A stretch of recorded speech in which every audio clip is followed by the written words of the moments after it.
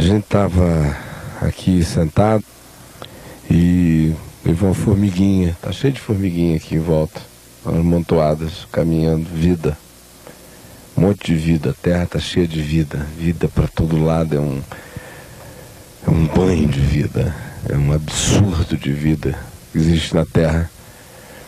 E aí de repente eu me vi pensando no absurdo que acontece, que as pessoas pensarem que Deus criou todas as coisas, as visíveis e as invisíveis, e a gente está aqui habitando, do ponto de vista do tempo e do espaço, uma coisa menor do que um grão de nada.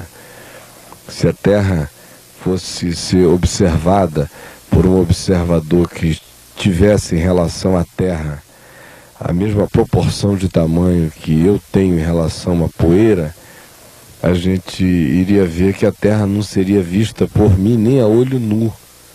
Ia ter que botar um super microscópio para enxergar a Terra, para você ver a insignificância do ponto de vista do tamanho, de tempo, de espaço, desse lugar que a gente habita, onde a gente se arroga a pensar que nós somos os donos de todas as coisas.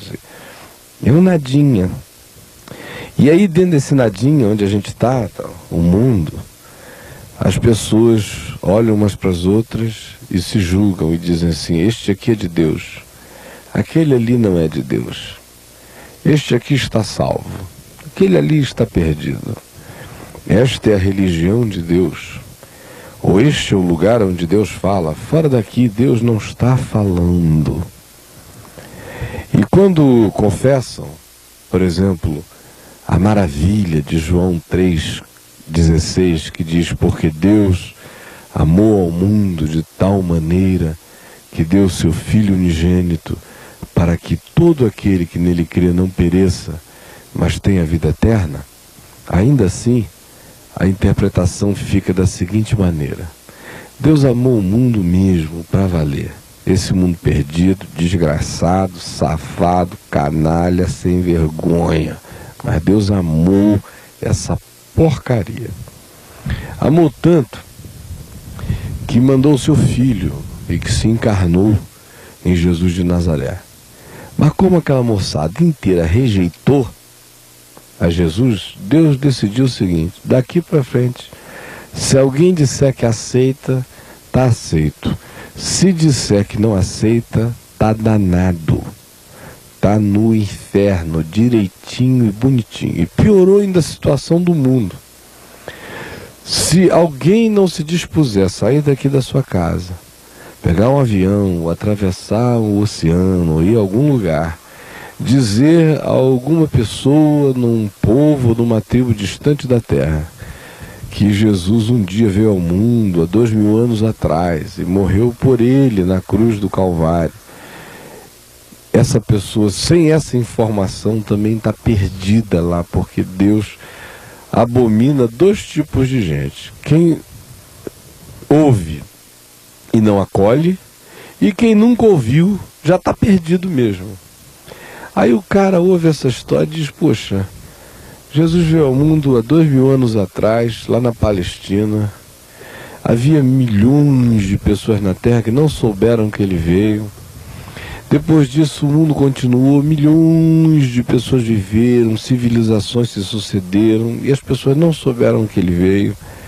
Por exemplo, aqui no nosso continente latino-americano, quando vieram contar essa informação aqui, havia, meu Deus, milhares de civilizações, pequenas e maiores, habitando esse continente inteiro, que não ficaram sabendo de nada.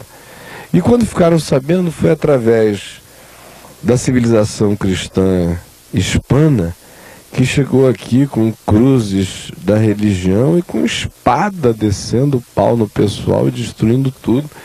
E aí tomaram essa terra aqui em nome de Deus, do Deus cristão, ergueram os seus templos e os seus lugares religiosos e massacraram os índios, destruíram as culturas nativas e iniciaram esse processo de esmagamento das pessoas, dizendo: olha, se você não aceitar isso, e não é só aceitar isso, nós somos os representantes legais e autorizados de Deus na terra, de modo que se você não ouviu o que a gente está falando, meu filho, você está danado.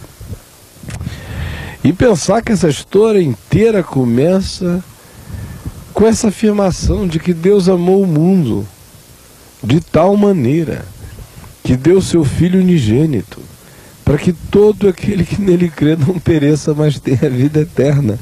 Aí o cara diz, puxa, eu preferia não ficar sabendo disso, porque agora vocês chegaram com espada na mão, descendo o cacete, oprimindo a gente, já chegam com um desamor enorme, afirmando que está todo mundo perdido aqui. O cara às vezes rejeita e não rejeita nem a mensagem, porque a mensagem a maioria nunca nem ouviu. A presença dos representantes autorizados, dos concessionários da fé, que são aqueles que detêm o poder religioso, ou pretendem fazê-lo, é tão asquerosa muitas vezes, é tão nojenta, é tão impertinente, é tão arrogante, é tão jactanciosa, é tão cheia de certezas malignas, é tão intencionada de maneira diabólica quanto a dominar, conduzir, prender, subjugar, escravizar o cara e expressar uma soberania divina sobre essa multidão que não sabe de nada. Vem com essa atitude toda que o indivíduo do lado de lá não consegue nem ouvir que mensagem que a pessoa tem para pregar ou que está pregando, se é que está pregando alguma. A maioria nunca pregou nada, só pregou religião. E depois o indivíduo, com toda a razão, diz, olha, isso eu não quero, isso é um estupro, é uma violência que vocês estão fazendo. E aí o cara vira e diz, então você está no inferno, seu desgraçado, porque você acabou de rejeitar Jesus. Essa é uma historinha simplificada de como o amor de Deus vem sido vilipendiado e manipulado e endiabrado na terra. Porque o cara começa falando do amor de Deus e termina falando do diabo, do inferno. Começa supostamente com um amor tão irresistível de Deus que ele se encarnou, veio ao mundo. E termina com um grupo de malucos se dizendo representantes dele na terra e dizendo quem está no céu, quem está no inferno, e fazendo tudo que Jesus disse que não era para fazer. Além do que, eles só pensam em poder e em controle. Eu estou dizendo isso por uma razão simples.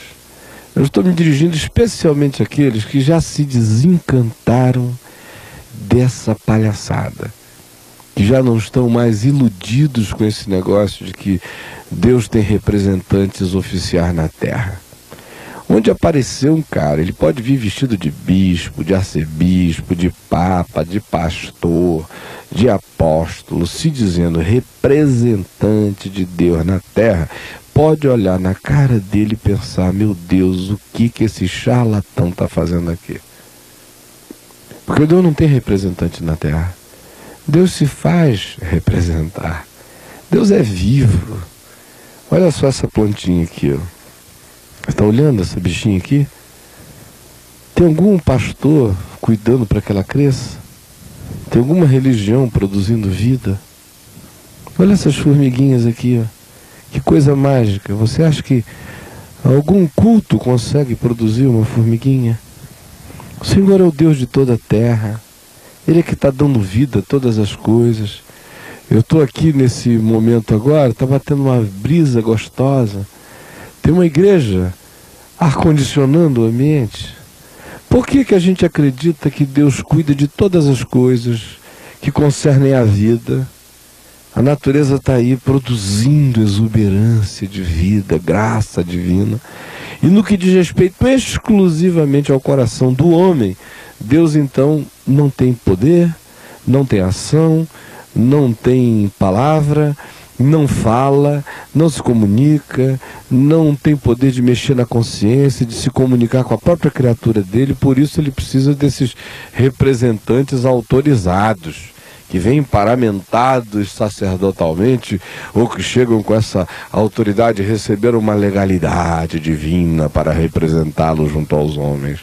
Só um ser completamente palhaço e empalhado pode acreditar que o Criador de todas as coisas, que dá vida a todas as coisas, e que amou ao mundo mesmo de tal maneira, de modo que o Cordeiro de Deus veio ao mundo e tira o pecado do mundo, e é Jesus, que esse Deus agora transferiu a sublimidade para a mão dos mesquinhos. Deus é livre, meu querido.